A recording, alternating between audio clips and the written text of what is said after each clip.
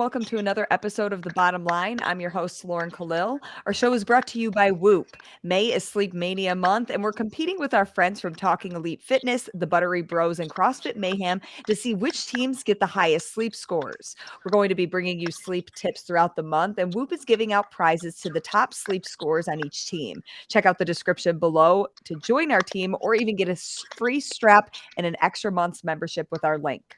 On today's show, we're looking at the programming variability for week one of semifinals. Here to discuss the topic is sports analyst Brian Friend and CrossFit Crash affiliate owner J.R. Howell. This week we have the Syndicate Crown, the Lowlands Throwdown, and the Torian Pro. We already saw the two workouts that CrossFit has programmed, but something else that we learned is they're requiring each semifinal to program 6 workouts. Do you guys think that 6 is the magic number? Do you think this is too many workouts or maybe even not enough? Well, I wrote some stuff about this last year because there was not a required number, and it seemed like it was about 50-50 of half the semifinals that chose to have 6 workouts and half of them that chose to have 7. And, personally, I think that having the same number is better than not, but, it was pretty obvious from doing, we're kind of looking back analytics last year that having one extra workout can make a big difference on the cut line. And therefore, I think that at this level, when you're trying to qualify for the CrossFit Games, there's no reason not to have 7 workouts. And specifically, I think the 2-3-2 format for workouts, 2 on Friday, 3 on Saturday, 2 on Sunday, would lend itself really well for this level of athlete. JR, what are your thoughts on the amount of workouts programmed for each semi? Yeah, I kind of agree with Brian. It used to be in an old adage in the old regionals days that Saturday was moving day, and Saturday was moving day regardless of how many events there were. But when you have a Saturday that has one more event and you have 300 points up for grabs compared to 200 on Friday and Sunday, it really does become a day that matters. And then on Sunday, we get to see a little bit more recoverability, which is always tested at the games extensively. JR, when it comes to the order in which these workouts are programmed, there wasn't any cookie cutter format that the semifinals had to follow. They could throw the CrossFit programmed workouts wherever they want. How does that play a part in the overall picture of programming? Yeah, I mean, I absolutely think it will change a little bit on semifinal to semifinal, who excels and who doesn't. For instance, at the Torian Pro, they have it as event 2 after a really long grinder with a lot of barbell movement, some upper body pulling with 30 ring muscle ups, 30 burpee box jump overs. Who has the upper body recoverability to be able to still go out and climb the rope and run fast, compared to maybe Syndicate that has it as the first event on Saturday, and then Lowlands having it the first event of the weekend. Brian, as somebody who does a lot of sports analyzing with CrossFit, how does that play a part in kind of comparing the notes at the end of semifinals to see who did well and who didn't do so well in the CrossFit programming WODs? Yeah, I mean, look, at the end of the month, everyone's going to want to know, okay, well, we've had these semifinals. Which are the athletes coming out of semifinals that are actually going to be contenders at the games this year? And I think that one of the potential positives of having a couple uniform workouts is that you can compare it and say exactly these athletes did the best on the 2 workouts that were the same across the spectrum. But they're not the same across the spectrum if the order's not the same. And CrossFit's had this kind of weird thing where, like in the quarterfinals and semifinals online, where they don't mandate you to necessarily do the workouts in order, even though they give you a time window of 24 hours that you have to submit a certain workout. And they've said that they're okay with that. You can, make whatever choices you want. But we know from last year, for example, when the snatch was first at the MAC semifinal, and a bunch of guys were just hitting 300 pounds left and right, that the same thing did not happen as the 12th event at the CrossFit Games, and we had a 1-rep max tested for the same lift.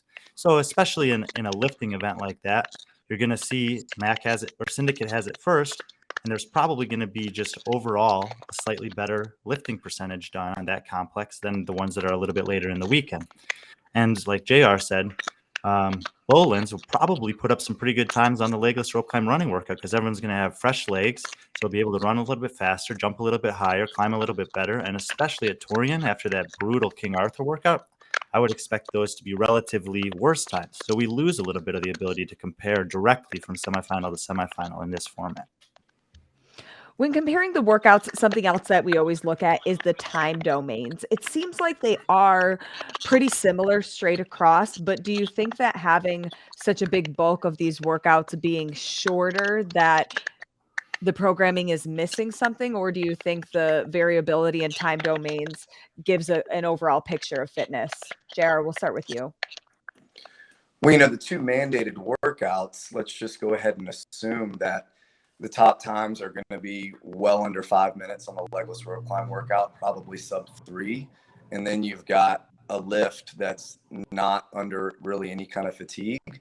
So right there, you already have 2 tests under 5 minutes out of 6.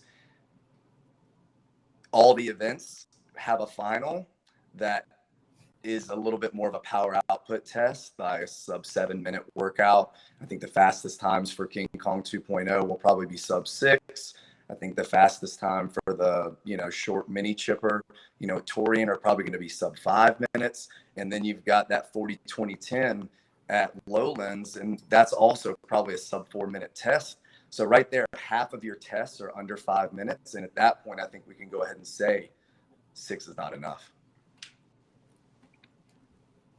Yeah, and that time domain is certainly a time domain that you want the best athletes in the world to excel at, but it's not the only ones. And I think that, I've said this before, if you go into any, CrossFit gym, most of the workouts there are going to be in the 8 to 18 minute range, not in the sub 6 minute range. So it is strange that if you're going to have 6 tests to qualify athletes, and we know how competitive some of these fields are to the ultimate that is our sport in the CrossFit Games, and half the tests are less than 6 minutes. It seems like there's something that could be improved upon there. Do you think that those time domains take away from the momentum as a sports fan watching how day-to-day plays out? Look, the one thing that can be said about quick workouts like that is that they are exciting, and you're going to have kind of those races at the finish line and those buzzer beater moments that often make the highlight reels. But if you have a more broad understanding of what this sport is really testing for, then I think that having too many tests in that time domain is probably detracting from the overall test. And something else that we're looking at is going to be consistency in the movements of the programming. And I want to kind of focus in on the handstand walk or the lack of handstand walking, I think, at Torian Pro, and then the variation of which type of handstand push-up when it comes to the deficit. How does that play a part in which semifinal athletes are going to be competing at? Go ahead, JR. Well, I think we can go ahead and start off the Torian Pro. Brian can help me out with this if you found this information. I can't find the exact deficit on the strict deficit handstand push-up, but you've got 21-15-9. You've got 45 there, and we know from history that deficit kipping can be covered up a bit, and handstand walking, unless you're going to do something like use an obstacle, which none of these semifinals are doing, the strict deficit will be something that if someone does have a hole, it will really be exposed.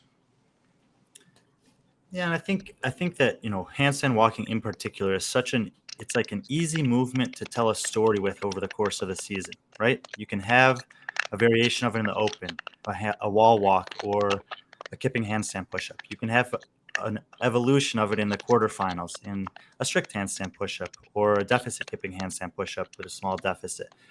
And then you get to the semifinals, and in the current format, it's just a free-for-all. But presumably, the people who are programming the CrossFit Games have the whole season laid out, absent of semifinals. And so I don't understand why they can't just say, well, we already know we had this in the open, we had this in the quarterfinals, and we're going to have this iteration of handstand push-ups tested at the Games. So we're missing this one. Let's make sure that the semifinals, and we don't have to even program it, we'll just tell them, we're going to test deficit. We wouldn't even have to tell them we're testing. We want you to test handstand walking at semifinals. So make sure that it's included in one of your programming. Don't don't program any other kind of handstand push-ups, because we're going to test the next evolution at the games. And therefore, you still allow the semifinals to have some freedom with the creativity of how they work in the handstand walk, without having what can definitely be the thing that either allows or disallows an athlete to eventually make it to the games.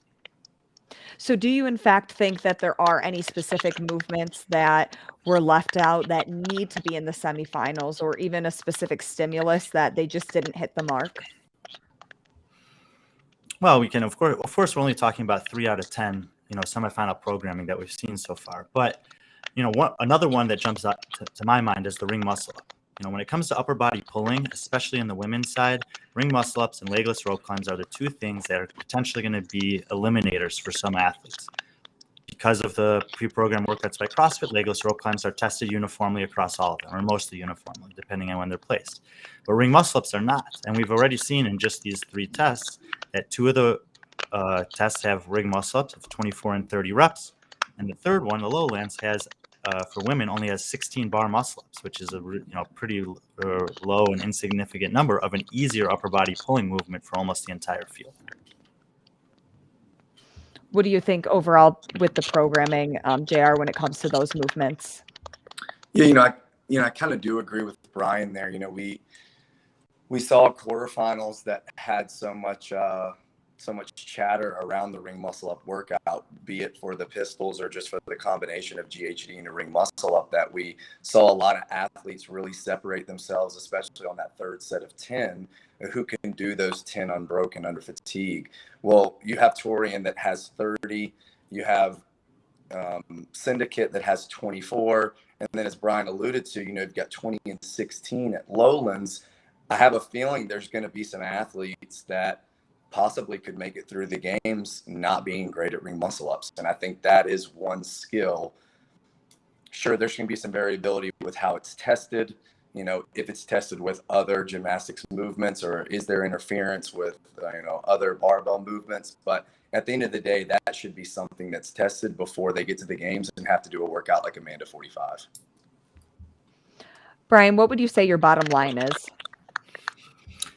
I think that, we're still in the second season of this kind of iteration of what the overall layout looks like. And I feel that there's been some positive change in terms of CrossFit's influence on the semifinal programming, but I still think there's room to go. JR, what's your bottom line? My bottom line is, let's wait and see. Similar to what Brian's saying, it looks like these 3 events did do a good job trying to work with what they were given. And what they were given is the freedom to program 4 workouts at the end of the day. And having to work around those 2 workouts is tough.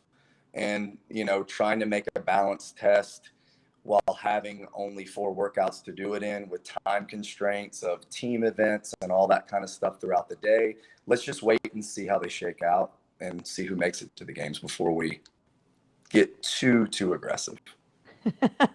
JR and Brian, thank you guys so much for sitting down and talking about the variability for week 1. Full steam ahead. We'll see you guys next time. Thanks, Lauren. Thank you.